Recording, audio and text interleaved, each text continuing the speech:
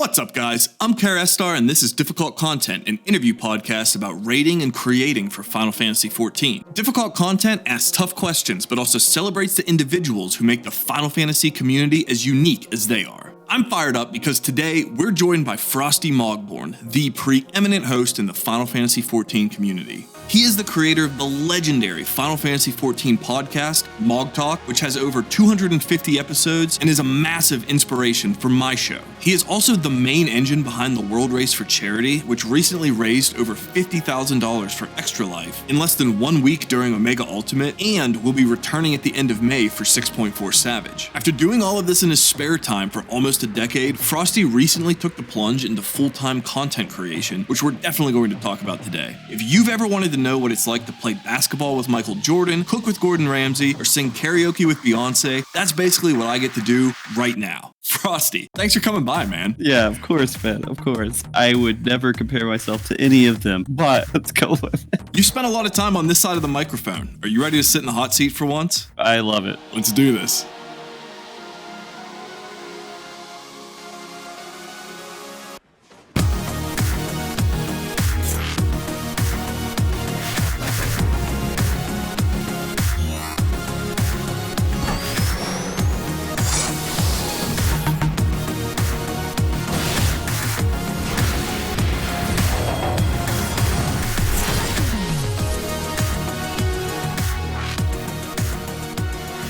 I'm incredibly excited to have you on today for a number of reasons, but I want to start with your transition over the past 2 months to full-time content creation and streaming. You are currently attempting what I think a lot of people who play video games dream of, which is making your favorite hobby your career. But I also know it wasn't a decision entirely of your making, so I want to dig into all of that. First off, something you said in your most recent MogTalk about full-time streaming really spoke to me. It was a Sunday, and you said that you thought about how much you were looking forward to that upcoming Monday. Describe that feeling for everyone listening who has an office to report to Monday morning instead.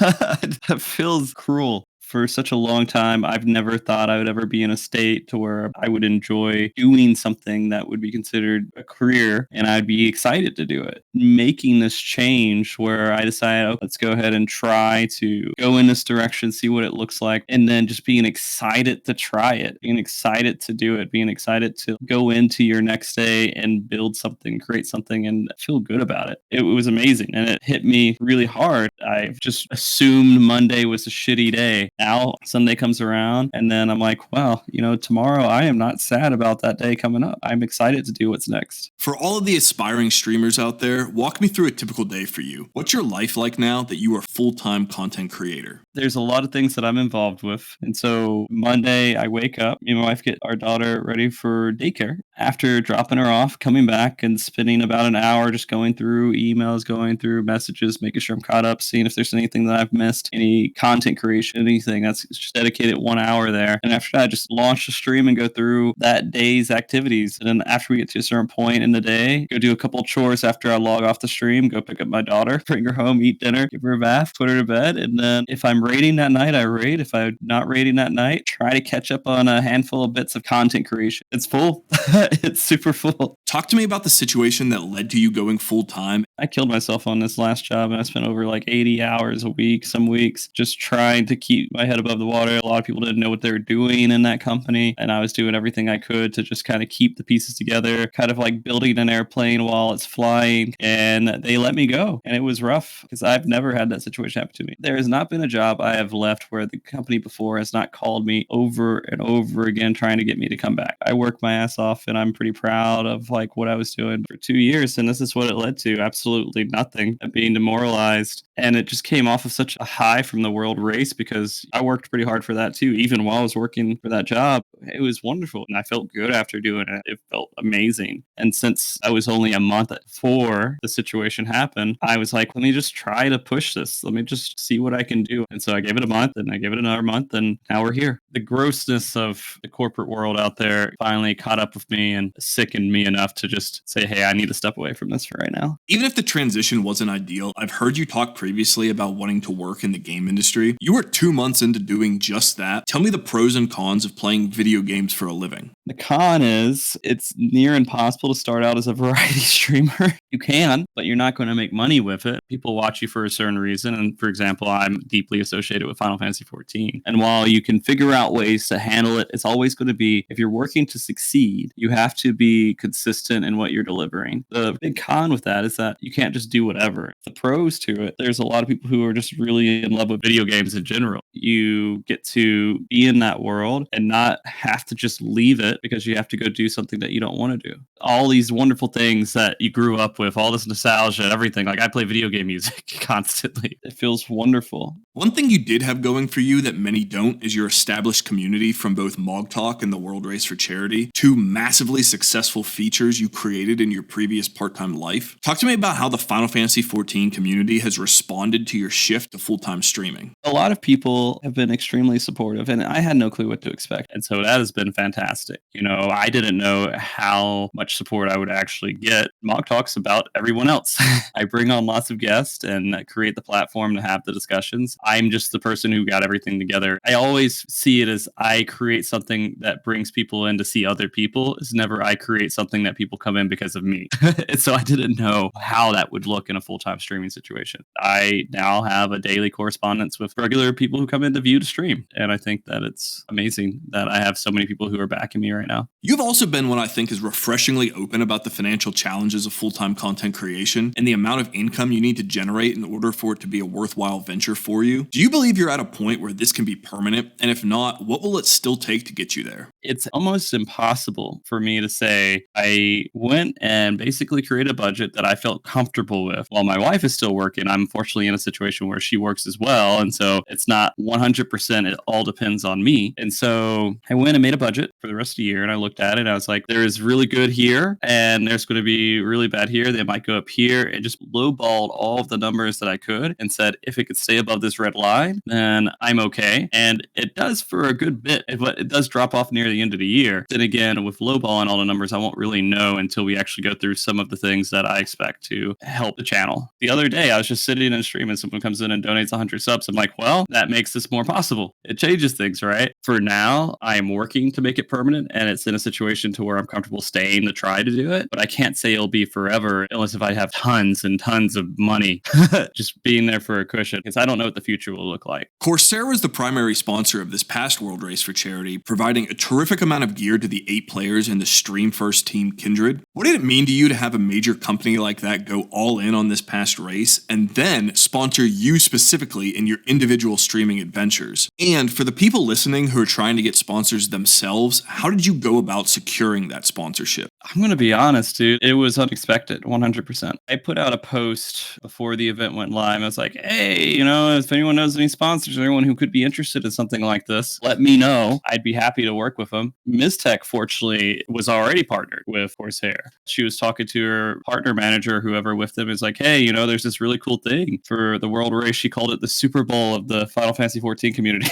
So I got to meet the partner manager and work with him. I was like, hey, this is what's going on. This is the kind of numbers I can expect. This is something that you guys could support. And they're like, yeah, we can definitely help out, give some product and stuff like that. Just see how everything goes. And I was fortunate enough for just the timing to kind of work out for that. The event was very successful. A lot of people loved being a part of it. You were casting in it as well. And I think that they really liked what they saw with it. And I was like, hey, well, we got more world races coming. We got more stuff going on. And they eventually approached me and like, hey, yeah, we're up to having you join our partner program and, you know, see what we can kind of do. And it just went from there. They were actually really great to work with, and they want to just support what I was doing. And I was like, holy crap, I've never seen this from another sponsor before. I think it helps too when the company sponsoring you actually makes good products. My PC is a Corsair pre-built, and then I have the Elgato Stream Deck Plus, Wave XLR, capture card, cam link, and the green screen. So yeah, I'm that guy. Yeah, I mean, and that's one of the things that was really crazy to me, right? If I was going to be majorly backed by a sponsor, Corsair is one that I feel like you can't go wrong with. They have solid products. They're a solid company. They have great customer support and everything. And they're a computer-based company, and that fits perfectly within to the theme of what I'm currently doing with the World Race and MogTalk and Final Fantasy XIV and everything else. One thing I personally appreciate is your daytime stream schedule so I can watch while at work. Because at night, I either have raid or I'm hanging out with my wife life, or I have to decide between 30 different streamers and friends to watch, all live at the exact same time. What made you decide to stream when the sun's up? My daughter. Our life was already fit in a way to where I worked during the daytime. I just looked at it overall and I noticed daytime was better in the end, viewership wise. And it was something I could be more consistent about it. And I thought about it and I was like, nighttime could be like all over the place, but daytime people are at work, like you said. And it's actually two different crowds, right? So you have daytime where you have the NA community who's all at work and they're just looking for something in the background to listen to, just be a part of, just have it there. And then you also have EU night watchers. So it's actually a really beneficial time slot, and I never really thought about it before. The only other option I would have is after my daughter goes to sleep, stream until like 3 a.m., then wake up really early, take her to daycare, sleep during the day, and have this kind of horrible schedule. I'm pretty closeted about my online persona, but I'm also not even remotely well known. Do people in your real life know that you're Frosty from Final Fantasy XIV, the creator of MogTalk and the World Race for Charity? Friends do. Some family do. And I'll be honest, I do have a situation where I'm like you, where I don't like to bring in too much of the real world. People are reaching out to me afterwards. They're like, hey, did you land a new job yet or anything else? I'm like, yeah, I'm doing this other thing. It's just a side gig I got and it's working out for me. And I leave it at that and I don't dive any further because I just never mix those worlds together. And I'm so afraid to do it. My coworker, I was like, yeah, I'm doing this other thing, off on the side and I'm doing okay right now. But, I'm not going to go into it too much. He's like, well, is this something sexual? Like, what? I like how that's the first thing they thought about you. That should tell you something about yourself, though. They're like, well, Frosty's good looking.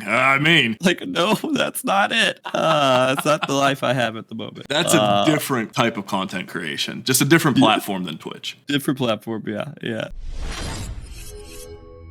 Of course, no interview with you would be complete without discussing MogTalk specifically. Like many in the community, I've been watching and listening to your show for years, and along with State of the Realm, MogTalk was a massive inspiration for me in creating this interview podcast. What originally inspired you to create MogTalk? It literally came down to FanFest 2014. We met up with some people from Reddit. They got a group together to do some activities and stuff. And I was like, this is kind of odd, whatever. But, it turned out to be really fun. And I was like, holy crap, we have so many people who are so passionate about this game that we play. And we're having these fun conversations that you just literally can't have on your day-to-day basis. It felt really good just to be around people and have these type of conversations about Final Fantasy XIV that you would just never have anywhere else. And then afterwards, I was like, well, that's gone. For a little while, I was like, how do I get this going again? How do I have this feeling again? And then it came a few months later. I was like, well, let me just create a podcast. And I just got one of my static members together and I was like, hey, let's just talk about this patch coming up about Gold Saucer. And so I just did it. I threw it on YouTube. And I was like, okay, this is fun. Let's do it again. And then I just did it again. And I just built it from there. Now it's been 7 years.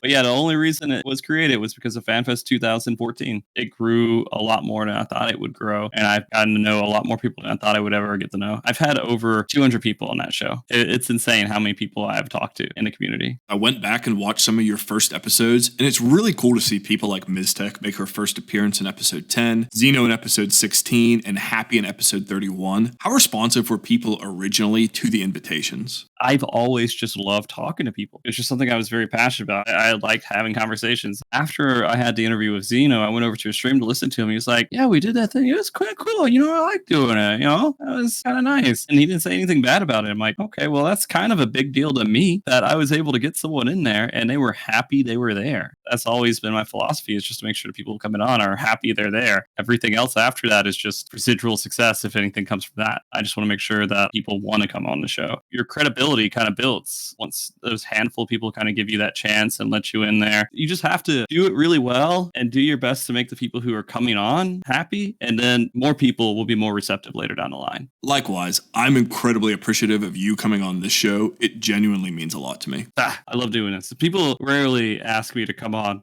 right? Every once in a while, I'll get on State of the Realm. When Limit Rick Grady was on, I came on their show every once in a while. There's a handful of different other podcasts out there. So if the 2014 FanFest got you started, episode 82 stood out to me because you did it live from the 2016 FanFest. This July will be my first FanFest experience, and I'm super excited to meet all of these people in real life that I've been talking to on the internet for years. Do you have any plans for a live FanFest episode this year, and what are you most looking forward to in Las Vegas? I have thought about it, debated it. It was a lot of work to bring around a camera, try to set things up, try to figure out the audio and everything else. And there's always the thought process of, do I want to work this event or do I want to enjoy this event? And you can sometimes mix the two, but if you go a little too overboard, trying to create content out of it will take away this moment that you have. This event hasn't happened for 4 years. My hope is that I will have plenty of time to catch up with friends and just have those moments that really make those events enjoyable. Something that surprised me is the amount of time you've cosplayed on MogTalk, between being a dog for Halloween, a chocobo for chocobo racing, and even a Limsa cat girl to talk about glamour. What is the next costume you have on deck? None. I don't have any plans for any of that. Both the Chocobo and the Limsa Cat Girl cosplay were both donation incentives for a world race. The dog part was just me being silly for a Halloween special. And I think that's something that everybody should really do. Explore the content space and have fun with it and see if something works. And if it does, great. If it doesn't, just leave it be and go forward. But yeah, no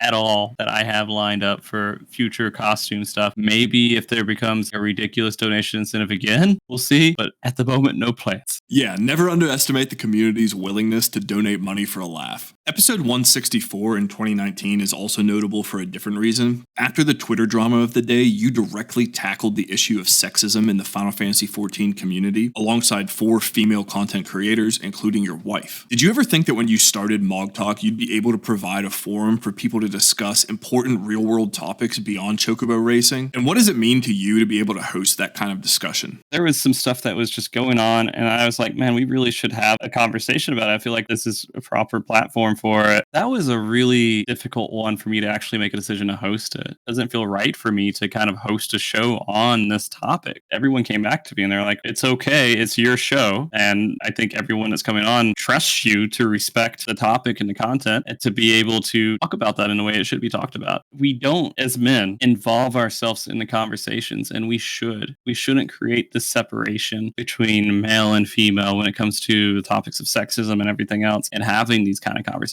Men need to be part of these conversations and be understanding and listen. If men just shy away from things like that, then the understanding might not really ever happen. We can't be scared of saying the wrong thing or doing the wrong thing. We need to get in there and just try our best. And so, no, I didn't expect that I would ever have those conversations, but they were important to have. And there are people in the community that wanted to have this conversation. And with MogTalk, it can go from anything from me dressing up in a weird costume and talking about chocobo racing to having a conversation about sexism within gaming. It does mean a lot to me when people give me the opportunity and chance to be a part of these conversations. I think that conversation is especially important in male-dominated spaces such as gaming, and I was very impressed that you used your platform to do that while also primarily featuring their perspectives. I edit this show rather meticulously, and due to my work schedule, that means it can take 2 to 3 weeks to release an episode after it was recorded. You mentioned on stream that you intentionally don't edit yours. Was this a strategic decision or more of a natural endpoint for a podcast recorded on a live stream? It made sense to me, and I was within my capabilities. When I started MogTalk, I literally had no clue what I was doing. To me, it was like, hey, I did this. Let me just upload it to YouTube now and just let it live there. The thought of editing it never occurred to me. I could just throw it up there and be done with it. And people seem to be mostly happy with that, because when I do the show now live, I have a little opening reel that I play on the stream. I have a closing reel, and it has like a format to it that I can just cut, put on YouTube and be done. But I think a lot of people like that natural flow to it. Recently, I made the creative decision on the most recent show to move a 20-minute rant that was off topic at the very beginning of the show to the end of the show. Some people weren't happy with it, but other people were happy with it. In the end, I was happy I made that decision, because if people click on that show, I want it to go into the content they're expecting to be there from the title and the description. So as a rookie podcast host talking to a veteran, what are some of the best tips or tricks you've learned over the years about hosting a podcast? If someone was to start one today, what advice would you give them? The only thing that I would say to do is to do it.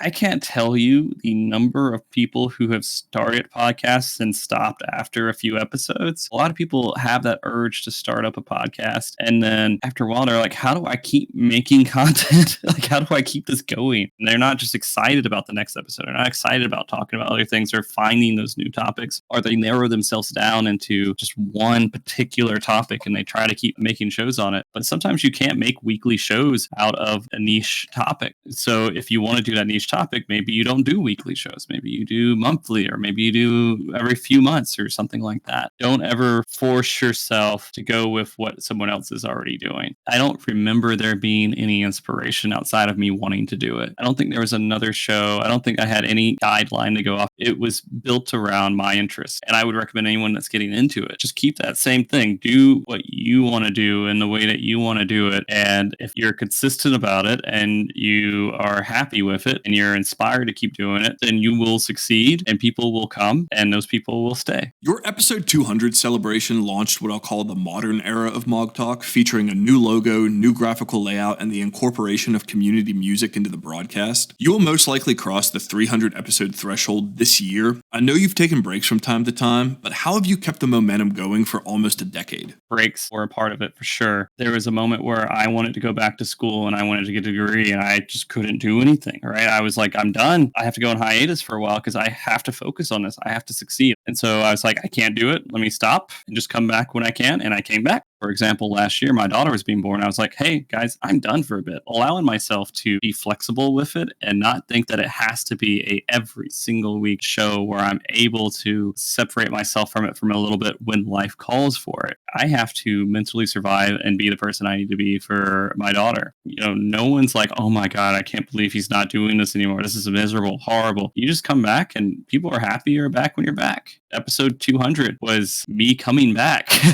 It meant a lot that I took care of myself and just came back when I was ready to come back. One of your most recent episodes was about a topic very similar to that of this podcast, the decision to stream full-time. In it, you brought on Zeno, Arthurs, Happy, and Saren, 4 people who could not only provide entertaining content for listeners, but also offer genuine advice for you as the host. In the episodes I've recorded to date, I feel like I've learned a tremendous amount from the guests I've had and gotten to know some fantastic people in the process. Beyond making new friendships, do you find that you've learned things from the discussions you've recorded? Yeah, absolutely. I'm always bringing on people who know a decent amount, and I learn from their knowledge and what they tell me, and people can learn while watching as well. And the most recent show, of course, is just another thing where I'm learning how their lives have gone and how they evolved and how they got to where they are and how long it took and how exhausting it can be to kind of build a platform that can be successful and sustaining. It's kind of the thing with conversations, man. When doing podcasts and everything else, you learn a lot if you listen. And if you notice on a lot of my shows, I don't even have to talk a lot. It's literally just me listening, and I can absorb these different opinions and different thoughts. I didn't even expect the last episode to get as deep and as emotional as it really did, but you really learn stuff about people as well. And I think within any kind of conversation that you have, whether it's on a podcast or not, there is so much to learn about the people, about different topics, about anything else. You just have to sit there and listen and be willing to take in what they're saying.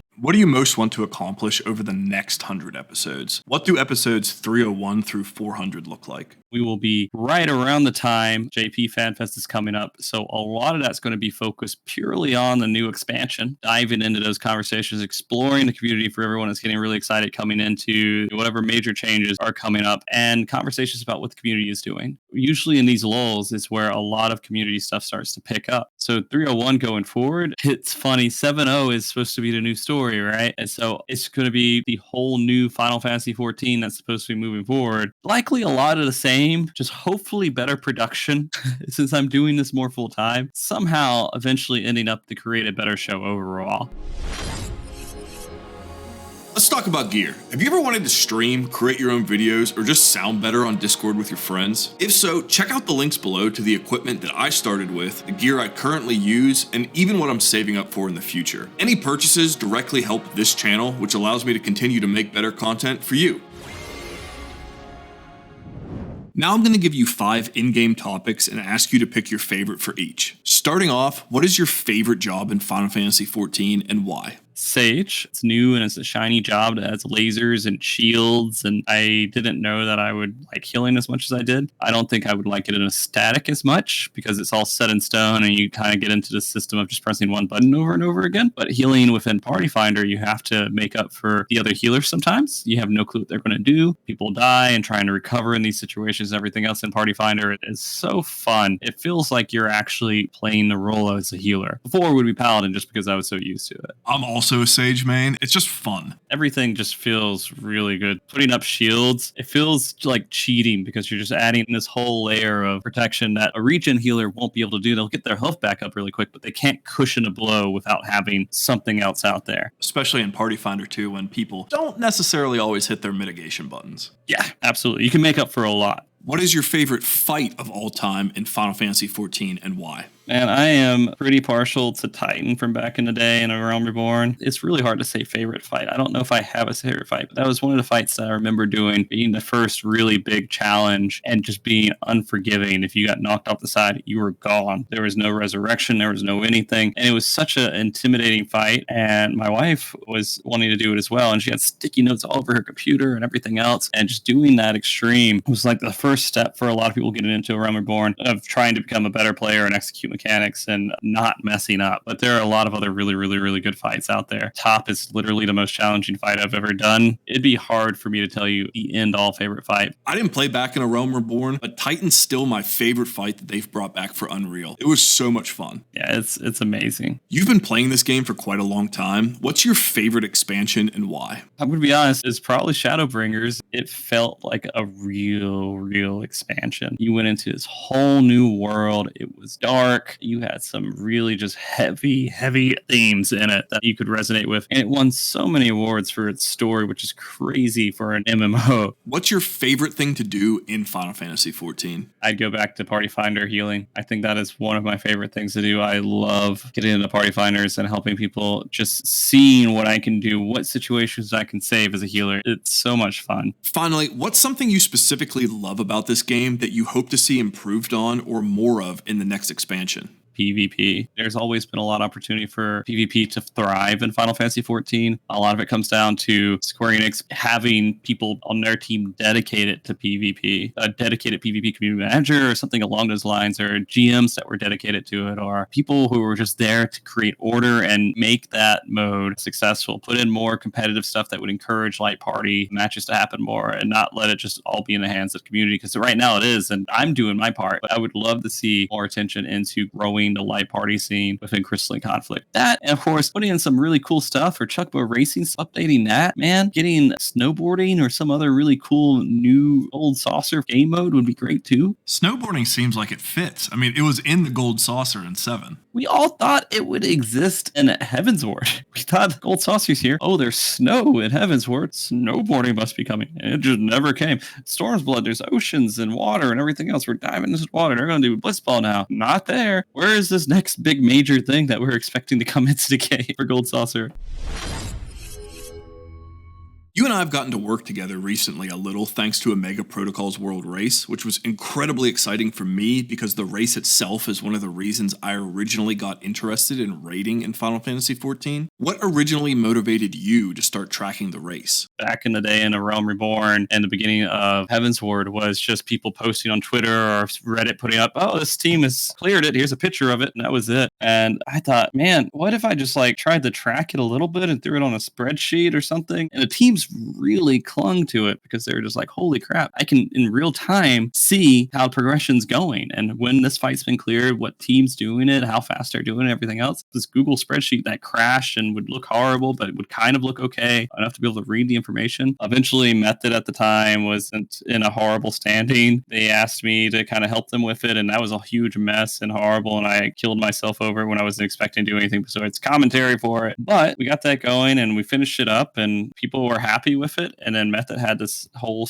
thing that went on with them, and they went kind of MIA for a while, and people wanted to see another streamed world race. And I was like, well, we'll just do the best we can. And I just got this really grassroots thrown together thing, and we made it work. And so then every single tier, I just became the world race guy. It's one of those things that just snowballs and evolves from a Google spreadsheet into a full produced event where we have a production company involved, sponsors involved, and everything else now. And it came out of just personal interest and other people enjoying that same thing that I was interested in. This past world race raised over $56,000 for Extra Life and the Children's Miracle Network hospitals, and is currently the second highest Extra Life fundraiser of the year. Did you ever imagine that by tracking video game clears, you could raise tens of thousands of dollars for kids' charities. And what does it mean to you to be able to do that? No, I didn't think that would ever be a thing. It was more of a product of it made sense to do it than anything else. Doing a world race, if we're putting all this work into it, let's get something good out of it. And then seeing the effect afterwards about raising the money is insane to think about because it was just never in my view. I never thought I would be doing a lot of charity work or raising lots of money. I just never thought that was the type of life I would have. I didn't think I would ever be able to be in a position to where I could do something like that. $56,000 is a decent amount of money going to children's hospitals. And it does make a difference. This money does make a difference for children's hospitals. And so, no, I never imagined that I would. I am glad for sure. And I would never, ever change that direction. The top race was unbelievably successful in terms of production quality and money raised. But after we went offline, the drama following the cheating reveal unfortunately took center stage in the community. As a result, you announced that going forward, you're going to stop tracking overall clears for the race and only focus on the teams that are officially signed up for the event and stream it live. Is this still your plan for 6.4 Savage? That's still my plan. I'm still trying to talk to teams and see where their temperature for all this is as well. But the idea is the stuff that's happening in the background where you can kind of zoom out, things like that, it exists and it delegitimizes a lot of stuff for people who are watching the race. And it's really unfortunate. There's only so much you could really do. Unless if Square Enix puts invasive software on people's computers that monitors stuff that could be, or if they put a huge budget into designing the software to prevent this stuff, it's going to exist in some way. And there's going to be people out there that want to take advantage of that and everything else. A lot of the world race has been built off of a level of trust. And so there's never really a high investigation into what crazy tools could be out there that people could be using. I want to focus on what is good about the world race. And it's the excitement of watching people figure out this content for the first time, develop strategies and everything else that's happening on stream, and then raising the money for charity. Even with the situation with the Japanese team that was completely destroyed by the community opposing that point of view. And again, yeah, no, that's not what we would want to see. We don't want that to be there. But they were just completely bombarded with hate. And honestly, I just don't want to focus on that. And I don't think a lot of people in the community who pays attention to World Race wants to focus on that. They want to focus on the raid groups that are going out there and putting a lot of work into clearing stuff that absolutely looks completely legitimate.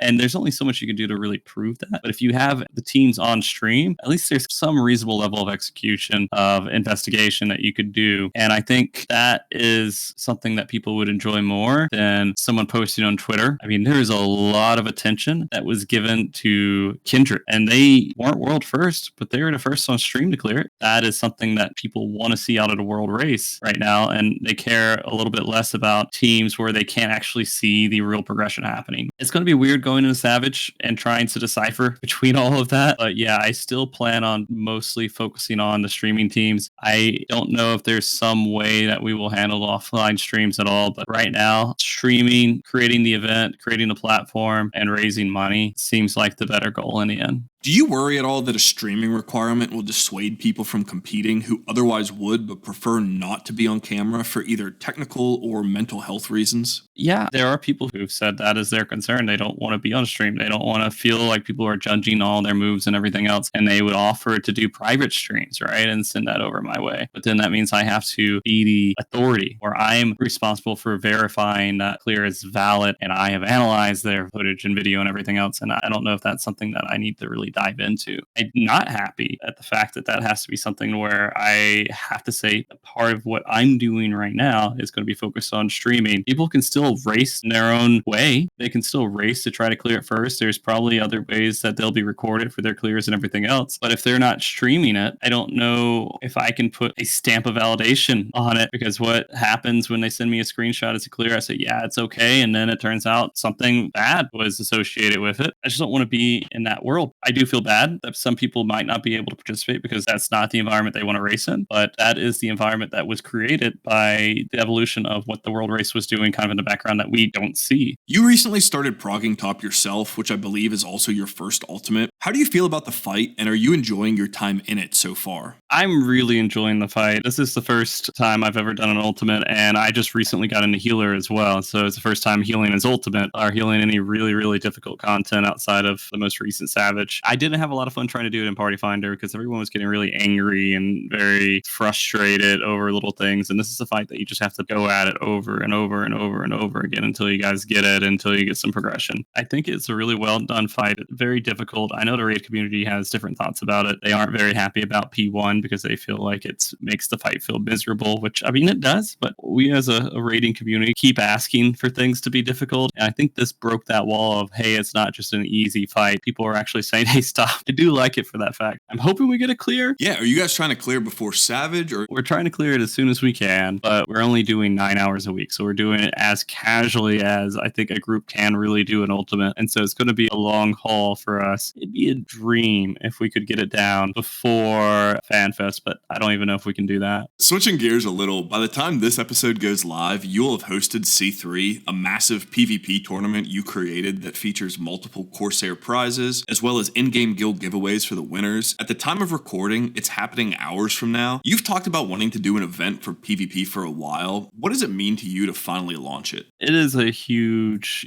deal for me because I've been with the PvP community for a very, very long time. I wanted to do this event because I've been doing stuff with the PvP community again since right before Feast coming out. I got top 50, top 100, whatever in Feast. I've did the shoutcast stand over at the FRC for 2 of their events, made like a video for Square Enix to use at their events to help tell people what Feast was. I'm finally able to really devote some good time to PvP again. And when we get to the smaller scale stuff, that's the stuff that I really enjoy because I feel like you have a lot more control and agency over the wins. PvP community is kind of up and coming. There's a handful of communities out there trying to create events and do things. So along the same lines, Square Enix Crystalline Conflicts Regional Championships will take place in June with the finals live at FanFest. What does it mean for you, a longtime PvP player, for Square Enix to finally give this gameplay option recognizable support? It's great to see that. I mean, them doing the FRC before was really amazing as well. This is something they like to do with their events because it highlights just a feature of their game. I'm glad to see that it's starting to ramp up again. We have this nice little bit where FanFest is going to showcase it and give players up to like $20,000 for winning first place. It's a pretty big deal. Of course, there's other things besides events that I think a lot of the community would like to see them do, like get some really official PvP Square Enix staff members out there. That's their role and their job is to just oversee the PvP stuff. That's the next really big step. But yeah, doing things like this revitalizes a lot of the energy within the community and gets people amped to try to go out there and feel like their efforts in a game that they enjoy paid off more than just fun. Finally, when this interview comes out, 6.4 Savage will only be a week away, and with it, a new world race. Do you have anything new planned for the event? I'm going to try to fit it towards what a Savage race would look like. Ultimate, you have a lot of free time. You can add a lot of extra segments in there. A lot of the fun actually does come in with trying to figure out how do you make one fight that lasts over a week interesting 24/7. Savage is a different deal. It's very focused on fast pace. Kill the boss, first boss in a few hours, kill the next boss in a few hours, kill the next boss a little bit longer than that, and the very last boss takes a while. There's just so much game content to talk about that you don't really need as many special segments. So that might be one of the big things that we're changing. I do plan to maybe have dedicated analyst segments. I'm hoping that we can have an analyst on 24/7. The format overall shifts to a different pacing. And I love the Savage race so much because it allows people who can't take off a week from their job to race as well. A lot of people are going to be able to just jump in there, give it 24 hours and just see what they can do. And that's what we're going to look like. The other hope is that we can track more than just first place for rewarding. I'd like to also get into second and third place too. I don't know if we'll have the resources to do that, but it would be cool to be able to extend the race to at least the first 3 teams instead of just the first team.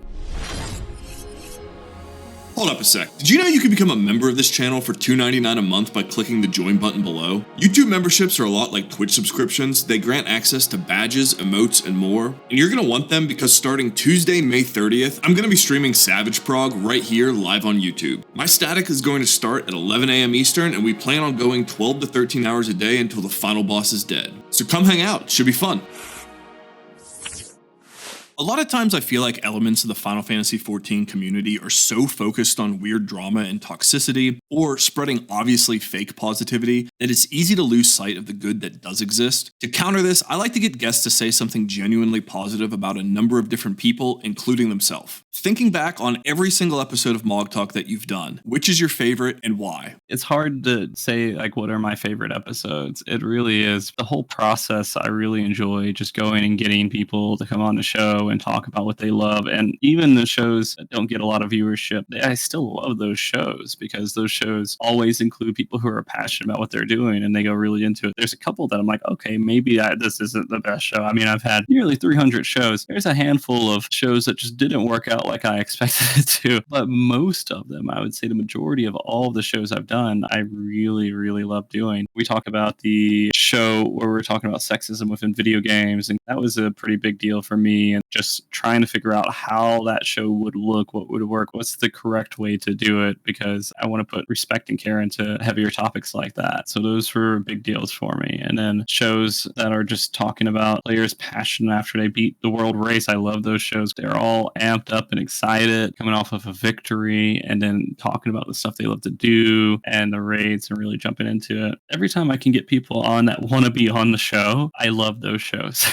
Those are the best because it makes me feel proud of what I'm doing because I'm creating an environment where people are happy. Speaking of guests, the amount of talent in the Final Fantasy XIV community is pretty mind-blowing sometimes. Who is a Final Fantasy XIV creator who you think is super talented, but maybe doesn't get the attention they deserve? There's a player that I brought on a show recently who I didn't know too much about, but I saw him post on my Twitter every once in a while. I'm like, okay, I do see this person responding, good energy and everything. I have no clue who this person is. And then I did a PvP show, and then he was one of the guests that was recommended to come on for. And I was like, okay, yeah, let me check this guy out. And he just had really high energy. And that's John is Dead, and John _ dead. He's a kind dude. I think did a fantastic job on the show. He's always getting involved with other people in the PvP community. There's so many people out there, but he's top of mind right now because he's also helping with the C3 event. It seems like he just wants to help and get things going. Like he gets on other people's channels and helps them with stuff and everything else. It's not all about him, which is a huge deal for people who are in the streaming industry to like put your energy and efforts into someone else's channel and just be there just because you want to help them. Tell me someone outside of Final Fantasy, either on Twitch, YouTube, a band, an artist, or anyone who you're really into right now and deserves a shout out. Rob CD. He's a Australian streamer who lives in Japan, has lived there for over like a decade or so. And he just kind of bikes around and goes and explores different little anime places, video game places, cafes, food places, and everything else. And I always wanted to go to Japan. I mean, this was something I wanted to do forever. One day I might have a chance to do it, but I get this kind of window and seeing the world over there. And it's still kind of surreal to see IRL stuff because you're just seconds behind seeing what's actually happening somewhere completely on the other side of the world. And I can just kind of sit there, drink a cup of wine, and just kind of relax and just watch whatever's happening over there. That's the kind of content that I would love to see on Twitch that is not video games. It's always cool seeing things on Twitch that aren't video games. Obviously, I'm a big fan of video games myself, nothing against them, but it shows the potential of the platform beyond just gaming. Absolutely, yeah. Creation is an inherently vulnerable activity as you're putting a part of yourself out there for everyone to see. Who's someone either in real life, from the community, or even a pet who always has your back and supports you in your efforts? It's something that is not an unsurprising answer, but I have to absolutely say my wife supporting me, and some of my close friends too, who all are really impressive people who have very good jobs,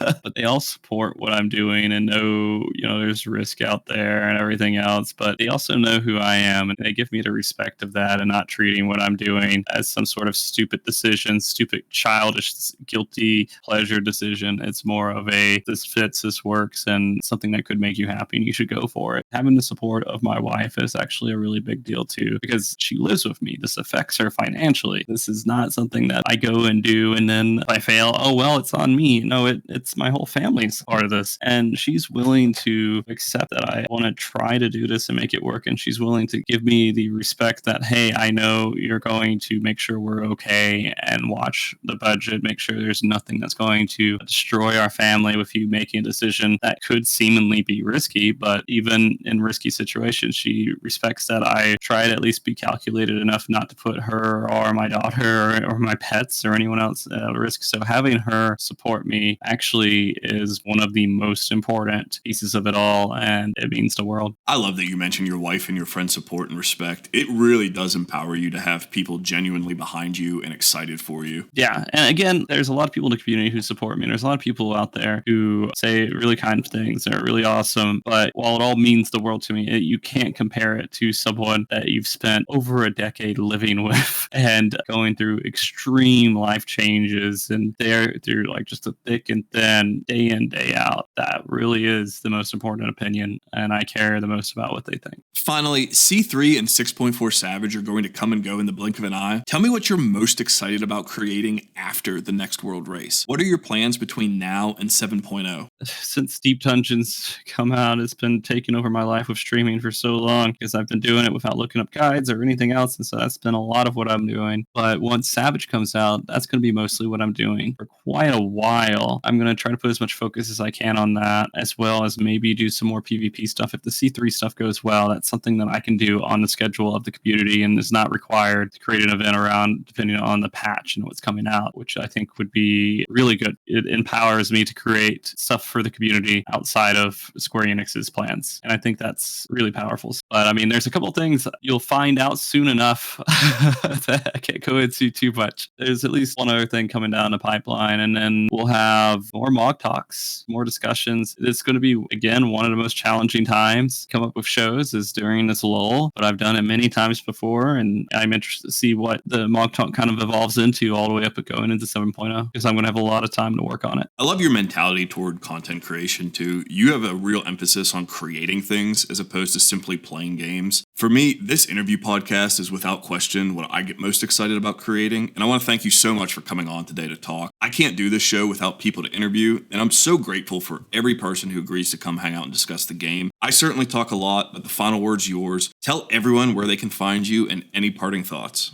Yeah, of course. So if you guys want to find me, Google MogTalk. That's going to be the easiest way to find me. But it's on Twitch. Absolute flex. Just Google me. Just Google it. No one has that stupid name but me. So if you want to find me, you can find it on Twitch. You can find it on Twitter. I have the MogTalk account, and I have my own account, Frosty TV Stream. Check it out on YouTube. I post the episodes up there when we're done. There's some really good episodes. You can even go back for a couple of years and probably find some interesting conversations that are still worthwhile. It's also interesting to go back and look at these content creators and see how they've changed. I mean, Zeno came on the show nearly 7-8 years ago, so you can go back and look at Zeno and kind of what he was thinking. Same thing with Happy or BizTech or a lot of these other content creators that have been around as long or longer than me. And I guess big final words is just, if you're really passionate about something and you want to do it, you should do it. Just make sure you put thought into it and you think about it. If you really, really want to do something, take it seriously and go for it. Frosty, it's been an absolute pleasure, man. I wish you the best of luck, and I hope you continue to kick some ass as a full-time streamer. Thanks, man. I really appreciate you letting me come on.